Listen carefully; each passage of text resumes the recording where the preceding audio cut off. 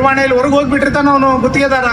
ಆ ಅರ್ಜಿ ನಿಮಗೆ ವೇಸ್ಟ್ ಇದೆ. ಅದು ಈ ಉದ್ದೇಶಗಳನ್ನು ಇಟ್ಕೊಂಡೇ ಮಾಹಿತಿ ಆಯೋಗವನ್ನು ಸ್ಥಾಪಿಸಲಾಗಿದೆ.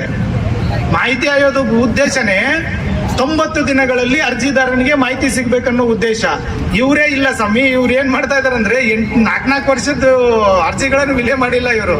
ಸುಪ್ರೀಂ ಕೋರ್ಟ್ ಆರ್ಡರ್ ಇದೆ. ಹೆಂಗ 19/1 45 ದಿವಸಗಳನ್ನ ಪ್ರಥಮ ಮೇಲ್ಮನವಿ ಪ್ರಾಧಿಕಾರಕ್ಕೆ ಕೊಟ್ಟಿದ್ದಾರೋ ಅದನ್ನು ಕೂಡ ಮಾಹಿತಿ ಆಯೋಗಕ್ಕೆ ಅನ್ವಯವಾಗಿದಂತ ಸುಪ್ರೀಂ ಕೋರ್ಟ್ ಆರ್ಡರ್ಸ್ ಇದೆ. ನನ್ನ ಅರ್ಜಿಯನ್ನ 18ಕ್ಕೆ ವಿಲೆ ಮಾಡಿದ್ದಾರೆ ಇವರು. 8/18ಕ್ಕೆ 8/17/2023 ಸುಪ್ರೀಂ ಕೋರ್ಟ್ ಆರ್ಡರ್ ಇದೆ. ಮಾಹಿತಿ ಆಯೋಗಕ್ಕೂ ಕೂಡ ಕಂಡೀಷನ್ ಇದೆ, ನೀವು 45 ದಿವಸದಲ್ಲೇ ಅರ್ಜಿದಾರನಿಗೆ ಮಾಹಿತಿ ಮುಗಿಸ್ಬೇಕು, ಅರ್ಜಿ ಸ್ವೀಕರಿಸಿದ 45 ದಿನಗಳಲ್ಲಿ ಅಂತ. ಅದನ್ನ ಇವ್ರು ಫಾಲೋ ಮಾಡ್ತಾ ಇಲ್ಲ ಇವರು. ಮಾಡಕ್ಕಾಗಲ್ಲ ಇವ್ರ ಕಡೆಯಿಂದ. ಇದರಿಂದ ಏನಾಗತ್ತಂದ್ರೆ ಪ್ರತಿ ಇಲಾಖೆಯಲ್ಲೂ DC ಕಚೇರಿಯಲ್ಲಿ ಇದನ್ನ ಮಾಡಿರೋದ್ರಿಂದ ಅರ್ಜಿದಾರನಿಗೆ ಇಲಾಖೆಯನ್ನು ಹುಡುಕೊಂಡು ಹೋಗೋ ಅವಶ್ಯಕತೆ ಬರಲ್ಲ.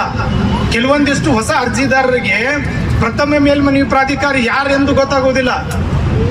ಈಗ ಎಕ್ಸಿಕ್ಯೂಟಿವ್ ಇಂಜಿನಿಯರಿಂಗ್ ಸಲ್ಲಿಸಿರ್ತೀರಿ, SC ಎಲ್ಲಿರ್ತಾನೋ ಗೊತ್ತಿಲ್ಲ ನಿಮ್ಗೆ.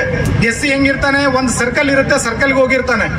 ಉಪನಿರ್ದೇಶಕನ ಎಲ್ಲಿರ್ತಾನೆ, ಡಿಸ್ಟಿಕ್ಗೆ ಒಬ್ಬ ಇರ್ತಾನೆ. ಇವಾಗ ಅರಣ್ಯ ಇಲಾಖೆಯಲ್ಲಿ ಏನಿದೆ ಅಂದ್ರೆ ಅರಣ್ಯ ಇಲಾಖೆಯವ್ರದ್ದು ಉಪನಿರ್ದೇಶಕರು ಮತ್ತು ಉಪ ಸಂರಕ್ಷಣಾಧಿಕಾರಿಗಳು ಅರಣ್ಯ ಇಲಾಖೆಯ ಕ್ಷೇತ್ರದ ವಾರು ಹಂಚಲಾಗಿದೆ. ಸಣ್ಣ ನೀರಾವರಿಯಲ್ಲಿ ಎಲ್ಲಿದ್ದಾರೆ, 3-4 ಜನ ಇದ್ದಾರೆ. ಪಂಚಾಯತ್ ರಾಜ್ ಇಂಜಿನಿಯರಿಂಗ್ ನಲ್ಲಿ SCನೇ ಇಲ್ಲ. ಡೈರೆಕ್ಟ್ ಆಗಿ ಎಕ್ಸಿಕ್ಯೂಟಿವ್ ಇಂಜಿನಿಯರ್ ಅಪೀಲ್ ನೀವು ಹೋಗ್ಬೇಕಂದ್ರೆ ಕೆಲವೊಂದಿಷ್ಟು ಇಷ್ಟೊಂದು ನ್ಯೂನ್ಯತೆಗಳು ಒಳಗಿದಾವು. ಅವುಗಳನ್ನು ಹೇಳೋದಕ್ಕೆ ಬಹಳ ಸಮಯ ಬೇಕು ನಮಗೆ. ಈಗ 19/1 ನಾವು ಅರ್ಜಿ ಸಲ್ಲಿಸಿದ್ರೆ ಈ ಹೊಸ ನಿಯಮವನ್ನು ತೆಗೆದಿದ್ದಾರೆ. ಟಿಎನ್ ಸಾರ್ವಜನಿಕ ಮಾಹಿತಿ ಅಧಿಕಾರಿ, ಪ್ರಥಮ ಮೇಲ್ಮನವಿ ಪ್ರಾಧಿಕಾರ, ಎಕ್ಸಿಕ್ಯೂಟಿವ್ ಇಂಜಿನಿಯರ್. ಅವ್ನು ಹೆಂಗ್ ಮಾಹಿತಿ ಕೊಡ್ತಾನೆ ಸ್ವಾಮಿ? ನೀವು ಕಾಮನ್ ಸೆನ್ಸ್ ಲಿಂದ ಹೇಳ್ರಿ ನಮ್ಗೆ. ಮಾಹಿತಿ ಆಯುಕ್ತರೇ ಹೆಂಗ್ ಕೊಡ್ತಾನ ಅವನು? ಎಲ್ಲ ಬಿಲ್ಗೆ ಅವನೇ ಸೈನ್ ಮಾಡಿದ್ದಾನೆ. ಎಲ್ಲ ಫೇಕ್ ಬಿಲ್ ತೆಗ್ದಿರ್ಬೋದು, ಕ್ವಾಲಿಟಿಯಲ್ಲಿ ಮಿಸ್ ಆಗಿರ್ಬೋದು, ಎಲ್ಲದಕ್ಕೆ ಅವನೇ ಸೈನ್ ಮಾಡಿದ್ದಾನೆ. ಅವನ್ ಹೆಂಗ್ ದಾಖಲಾತಿಗಳನ್ನು ಕೊಡ್ತಾನೆ? ಕೊಡಕ್ ಸಾಧ್ಯನಾ? ಅವಾಗ ಅವನು ಕಾಲಹರಣ ಮಾಡೋದಕ್ಕೆ ಶುರು ಮಾಡ್ತಾನೆ. ಅದು ಬೇಡವೇ ಬೇಡ. ಹೆಂಗೂ ನೀವೇನ್ ಹೇಳ್ತಾ ಇದ್ದೀರಿ, ಸರ್ಕಾರದ ಸಂಪನ್ಮೂಲ ದಾಖಲಾತಿಗಳು ಇದು ಸಹಜ ಆಗ್ತಾ ಇದೆ, ಕರ್ತವ್ಯಕ್ಕೆ ಅಡ್ಡಿ ಆಗ್ತಾ ಇದೆ. ಇದು ಬೇಡ ಸ್ವಾಮಿ. ನಾವು ಇನ್ನೊಂದಿಷ್ಟು ಟ್ಯಾಕ್ಸ್ ಅನ್ನು ಹೆಚ್ಚಿಗೆ ತುಂಬ್ತೀವಿ. ನಮಗೆ ನೀವು DC ಆಫೀಸ್ನಲ್ಲಿ ಒಬ್ಬರನ್ನ ನಿವೃತ್ತಿ ನ್ಯಾಯಾಧೀಶರನ್ನ ನೇಮಿಸಿ ಒಂದು ಪ್ರಥಮ ಮೇಲ್ಮನವಿ ಪ್ರಾಧಿಕಾರನ್ನ ಸ್ಥಾಪಿಸಿಬಿಡಿ. ನಮಗೆ ಅತಿ ಕಡಿಮೆ ಸಮಯದಲ್ಲಿ ನಮಗೆ ಮಾಹಿತಿ ಸಿಗುತ್ತೆ. ನಾವು ತಗೊಂಡು ನಮ್ಮ ಹೋರಾಟವನ್ನು ನಾವು ಮಾಡ್ತೀವಿ. ಭ್ರಷ್ಟಾಚಾರ ಹೆಂಗ ಅಡಕೊಂಡಿದೆ ಅಂದ್ರೆ ಇದನ್ನ ಮುಚ್ಚಿ ಹಾಕಕ್ಕಾಗಲ್ಲ. ಇದು ಲಾಸ್ಟ್ ಸ್ಟೇಜ್ ಕ್ಯಾನ್ಸರ್ ಸರ್ ಇದು. ಯಾಕಂದ್ರೆ ಆಳುವ ರಾಜಕಾರಣಿಗಳಿಗೆ ಬೇಕು ಮಂತ್ಲಿ ಹಂಗ್ ಇಟ್ಕೊಂಡಿದ್ದಾರೆ. ಹಂಗ್ ಇಟ್ಕೊಂಡವಾಗ ಇವರು ನಿಮ್ಮನ್ನು ಬಿಡ್ತಾರ? ಅಲ್ಲ ಸ್ವಾಮಿ. ಮಾಹಿತಿ ಹಕ್ಕು ಅಧಿನಿಯಮ 2005ರಿಂದ 19 ವರ್ಷದಲ್ಲಿ ಇಡೀ ಎಂಟರ್ ಭಾರತ ದೇಶದಲ್ಲಿ 137 ಜನರ ಮರ್ಡರ್ ಆಗಿದೆ. RTI ಕಾರ್ಯಕರ್ತರದು. ಯಾವ್ದಾದ್ರು ಒಬ್ಬ ಸರ್ಕಾರಿ ಅಧಿಕಾರಿ ಇದು ಮರ್ಡರ್ ಆಗಿದೆಯಾ? ಇಲ್ಲ. ಯಾರಾದ್ರೂ ಒಬ್ಬರಾದ್ರೂ ಮಾಹಿತಿ ಆಯುಕ್ತರಿಗೆ ಏನಾದ್ರು ಧಮಕಿ ಬಂದಿದೆಯಾ? ಈಗೂ ನಮ್ಮ ಕೆಲವೊಂದಿಷ್ಟು RTI ಕಾರ್ಯಕರ್ತರು ತಮ್ಮ ವಿಳಾಸವನ್ನು ಬಚ್ಚಿಟ್ಕೊಂಡು ಅಡ್ಡಾಡ್ತಾರೆ. ದೊಡ್ಡ ಹೆಗ್ಗಣ ಇಲಿಗಳಿದಾವು. ದೊಡ್ಡ ಉಸುಗು ಮಾಫಿಯಾ, ಕಲ್ಲಿನ ಕಣಿ ಮಾಫಿಯಾ, ಇಂಥವ್ರೆಲ್ಲ ವಿರುದ್ಧ ಹಾಕೊಂಡ್ರೆ ಅವ್ರು ಹೆಣನೂ ಸಿಗಲ್ಲ. ಹಂಗಾಗತ್ತೆ. ಅಂತದನ್ನೆಲ್ಲ ಎದುರಿಸಿ ತಮ್ಮ ಪ್ರಾಣವನ್ನ ಒತ್ತೆ ಇಟ್ಟು ಹೋರಾಡ್ತಕ್ಕಂಥವ್ರು RTI ಕಾರ್ಯಕರ್ತರು. ಅವ್ರ ಬಗ್ಗೆ ಇವರಿಗೆ ಕ್ವಚ್ಚನೂ ಇದಿಲ್ಲ. ಅವ್ರನ್ನ ಕರೆದ್ಬಿಟ್ಟು ಏನ್ ಕೆಲಸ ಮಾಡ್ತೀಯಾ, ನಿಂದೇನು, ನಿನ್ ಉದ್ಯೋಗ ಏನು, ನಿನ್ನ ಹೆಸರು ಏನು ಇಲ್ಲ. ಇವ್ರಿಗೇನೋ ಇರ್ಬೇಕು, ಬೀಗ್ತನ ಮಾಡ್ತಾ ಇದ್ದಾರೆ ಇವರು. ಇನ್ನೊಂದು ನೆಕ್ಸ್ಟ್ ಟೈಮ್ಗೆ ಹೋಗಿ ಇವ್ರ ಕಡೆಗೆ ಎಲ್ಲ ನಿಮ್ದು ಬಯೋಡೇಟಾ, ನಿಮ್ ಕುಲ ಗೋತ್ರ ತಗೊಂಡೋಗಿ ಇವ್ರು ಯಾರು ರಿಲೇಷನ್ ಮಾಡ್ಬೇಕಂತಿದ್ದಾರೋ ಅವ್ರಿಗೆ ಕೊಟ್ಬಿಡಿ, ಚೆನ್ನಾಗಾಗುತ್ತೆ. ಇವ್ರಿಗೆ ಎಲ್ಲಿ ಮಾಹಿತಿನಲ್ಲಿ ಅವಕಾಶ ಇದೆಯೋ ನಾವು ಕೇಳಲಿಕ್ಕೆ, ನೀವು ಕುಲ ಗೋತ್ರ ಕೊಡ್ರಿ ಅಂತ. ಇದನ್ನ ಸ್ಥಾಪಿಸೋದ್ರಿಂದ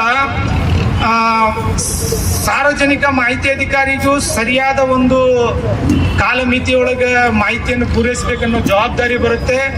ಅರ್ಜಿದಾರನಿಗೂ ಸರಿಯಾದ ಸಮಯಕ್ಕೆ ಮಾಹಿತಿ ಸಿಗುತ್ತೆ. ಇದಕ್ಕೆ ನಾವೆಲ್ಲರೂ ಕೂಡಿ, ಇದೇ ಹೋರಾಟವಲ್ಲ, ಇದು ಏನಾದ್ರೂ ನಮ್ಮ 14 ಬೇಡಿಕೆಗಳು ಈಡೇರಲಿಲ್ಲ ಅಂದ್ರೆ ಪ್ರತಿ ಜಿಲ್ಲೆ, ಪ್ರತಿ ತಾಲೂಕಿನಲ್ಲೂ ನಾವು ಅಲ್ಲೆಲ್ಲೇ ನಮ್ಮ ಸಂಘಟನೆಗಳಿಂದ ಕೂಡಿ ನಾವು ಹೋರಾಡಿ DC ಅವ್ರ ಮೂಲಕ ಇದನ್ನ ಮನವಿ ಕೊಡಬೇಕು. ನಾವು ಮೊದಲ ಆದ್ಯತೆ ಮಾಹಿತಿ ಆಯೋಗದಲ್ಲಿ CCTV ಅಳವಡಿಸಬೇಕು ವಿತ್ ಆಡಿಯೋ. ಅದನ್ನ ಸಾರ್ವಜನಿಕವಾಗಿ ವೀಕ್ಷಣೆ ಮಾಡ್ಲಿಕ್ಕೆ ಅವಕಾಶ ಕೊಡ್ಲೇಬೇಕು. ಅಂದ್ರೆ ನಿಮ್ದು ಸತ್ಯಾಸತ್ಯತೆ ಗೊತ್ತಾಗ್ತದೆ. ಹೋದ್ ಕೊಟ್ಲೇನೆ ನಿಮ್ದು ಮೊಬೈಲ್ ಜೇಬ್ನಲ್ಲಿ ಇಟ್ಕೊಳ್ಳಿ, ಸ್ವಿಚ್ ಆಫ್ ನಲ್ಲಿ ಇಟ್ಕೊಳ್ಳಿ. ನೀವೇನು ಕಳ್ರ? ಯಾಕೆ ಅದನ್ನ ಹೇಳ್ತಾ ಇದ್ದೀರಿ? ನೀವು ಕಳ್ತನ ಮಾಡ್ತಾ ಇದ್ದೀರಿ ಅಂತೇಳಿ ಅದನ್ನ ಹೇಳ್ತಾ ಇದ್ದೀರಿ. ನೀವು ಕಾನೂನು ವಿರುದ್ಧವಾಗಿ ಹೋಗ್ತಾ ಇದ್ದೀರಿ, ನಮ್ದು ಹೊರಗೆ ಹೋಗುತ್ತೆ ಅನ್ನೋದಕ್ಕೆ ಅದನ್ನ ಮಾಡ್ತಾ ಇದ್ದೀರಿ. ನಮ್ಮ ಬೇಡಿಕೆಯಲ್ಲಿ ಮೊದಲನೇ ಬೇಡಿಕೆ CC ಕ್ಯಾಮ್ರಾ, ಅದು ಆಗಲೇಬೇಕು. ಅದು ಅತಿ ಶೀಘ್ರದಲ್ಲಿ ಆಗ್ಬೇಕು. ಆದ ನಂತರ ನಮ್ದು ಪ್ರಥಮ ಮೇಲ್ಮನವಿ ಪ್ರಾಧಿಕಾರ ನಾವು ಜಿಲ್ಲೆಯ ಪ್ರತಿ ಡಿಸ್ಟಿಕ್ ನಲ್ಲಿ ಸ್ಥಾಪಿಸಿರುವುದರಿಂದ ಅರ್ಜಿದಾರನಿಗೆ ಸರಳವಾಗಿ ಪ್ರಥಮ ಮೇಲ್ಮನವಿಯನ್ನ ಸಲ್ಲಿಸಬಹುದು. ಅದು ನಮಗೆ ಬಹಳ ಅನುಕೂಲ ಆಗುತ್ತೆ.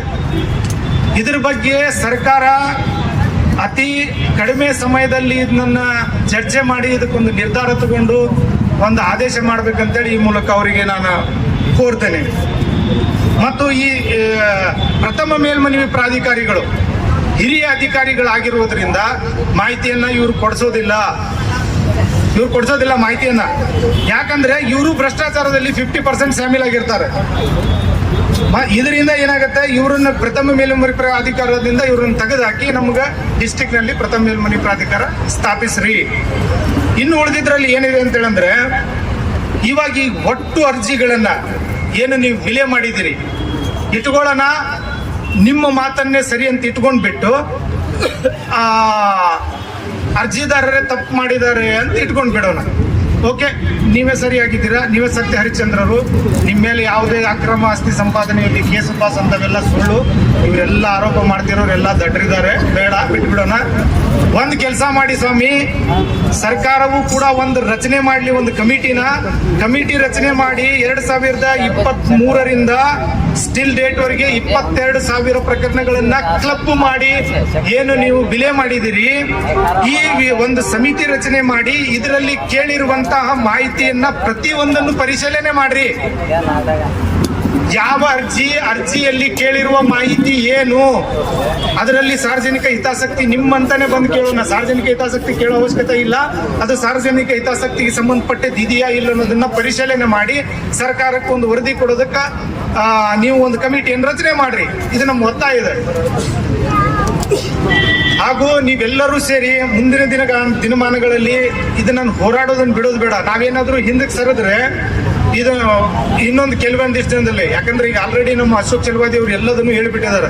ಈಗ 3 ರಾಜ್ಯಗಳಲ್ಲಿ ಮುಚ್ಚಿದಾವು, ಇನ್ನು ನಮ್ಮ ನೆಕ್ಸ್ಟ್ ನಮ್ದೇ ಕರ್ನಾಟಕನ ಇದೆ ಅಂತ ಮುಚ್ತಾರೆ ಇವ್ರು. ಇನ್ನು ಜಲ್ದಿ ಕಡಿಮೆ ಸಮಯದಲ್ಲಿ ಮುಚ್ತಾ ಇದ್ದಾರೆ. ಈಗ ಸರ್ಕಾರಿ ಅಧಿಕಾರಿಗಳಿಗೆ ಆದ್ರೆ ಹುಮ್ಮಸ್ ಬಂದಿದೆ, ನಮ್ಗೆ ಯಾರು ಕೇಳೋರಿಲ್ಲ, ನಾವು ಅರ್ಜಿಗಳನ್ನು ವಿಲೆ ಮಾಡ್ಬೋದು ಅಥವಾ ಕೊಡದೇನೆ ಇದ್ರೂ ಏನಾಗಲ್ಲ, ನೀವು ಹೋಗ್ತಿದ್ರೆ ಹೋಗ್ರಿ, ಪ್ರಥಮ ಮೇಲ್ಮನವಿ ನೀವು ಆಯೋಗಕ್ಕೆ ಹೋಗ್ರಿ ಅಂತ ಸ್ಪಷ್ಟವಾಗಿ ಹೇಳ್ತಾ ಇದ್ದಾರೆ. ಆದ್ರಿಂದ ಇದನ್ನ ಪ್ರತಿ ಜಿಲ್ಲೆಯಲ್ಲೂ ನಾವು ಹೋರಾಟಕ್ಕೆ ಮುಂದೆ ಇದನ್ನ ರೂಪುರೇಷೆಗಳನ್ನು ಮಾಡಿಕೊಂಡು ಹೋರಾಟ.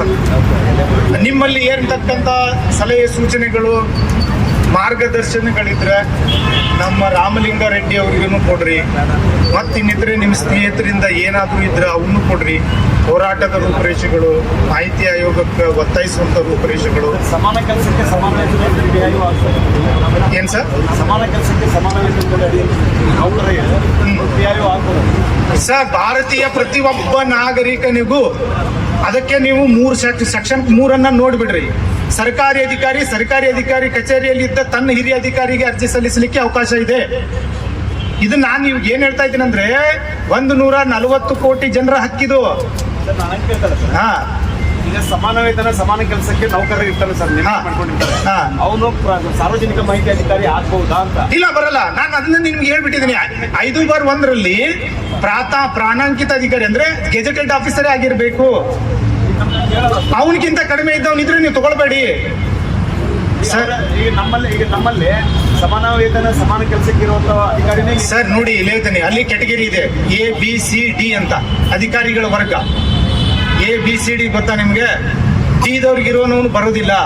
ಅಧಿಕಾರಿಗಳ ವೇತನ ಕ್ಯಾಲ್ಕುಲೇಷನ್ ಆಗಿದೆ, 25,000 35,000 ಇರ್ಬೇಕಂತ ಡಿ ಇದರಿಗೆ ಹಾಕಿದ್ದಾರೆ. IAS IPS ಎಲ್ಲ ಎ ಇದ್ದಾರೆ, ಅಂದ್ರೆ 1,90,000 ಮೇಲ್ಪಟ್ಟವರೆಲ್ಲ A ಗ್ರೇಡ್ ನಲ್ಲಿ ಇದ್ದಾರೆ. 3 ಗ್ರೇಡ್ ನಲ್ಲಿ 80,000ರಿಂದ 75,000 ತಗೊಳ್ತಕ್ಕಂಥ ಅಧಿಕಾರಿಗಳಿದ್ದಾರೆ. ಇನ್ನು 45,000-50,000 ಇರ್ಕೊಂತದ್ರು ಡಿ ದಲ್ಲಿ ಇದ್ದಾರೆ. ಇನ್ನು C ದಲ್ಲಿ ಬರ್ತಕ್ಕಂಥವ್ರು ಏನಿದ್ದಾರೆ, ಡಿ ಮತ್ತು C ನ ಸಾರ್ವಜನಿಕ ಮಾಹಿತಿ ಅಧಿಕಾರಿಗೆ ಬರಲ್ಲ. ಅದರಲ್ಲಿ ಸ್ಪಷ್ಟ ಆದೇಶ ಇದೆ ಏನಂತ, ನೀವು ಸಾರ್ವಜನಿಕ ಮಾಹಿತಿ ಅಧಿಕಾರಿಯನ್ನು ಮಾಡಬೇಕಂದ್ರೆ ಗೆಜೆಟೆಡ್ ಆಫೀಸರ್ ಆಗಿರ್ಬೇಕು. ಗೆಜೆಟೆಡ್ ಆಫೀಸರಿನ ಮೇಲಿರ್ತಕ್ಕಂಥವ್ನು ಮಾತ್ರ ಪ್ರಥಮ ಮೇಲ್ಮನಿ ಪ್ರಾಧಿಕಾರ ಆಗ್ಬೇಕು ಅಂತ. ಸರ್ ಅದರಲ್ಲಿ ಬಹಳ ನ್ಯೂನ್ಯತೆಗಳಿದಾವು. ನಾವು ಹಂಗೆ ಹೋರಾಡೋದಕ್ಕೆ ನಿಂತ್ರೆ ನಮ್ಮ ಅರ್ಜಿಗಳನ್ನ ಬಿಡ್ಲಿ. ಇದುವರೆಗೂ ಮಾಹಿತಿ ಆಯೋಗ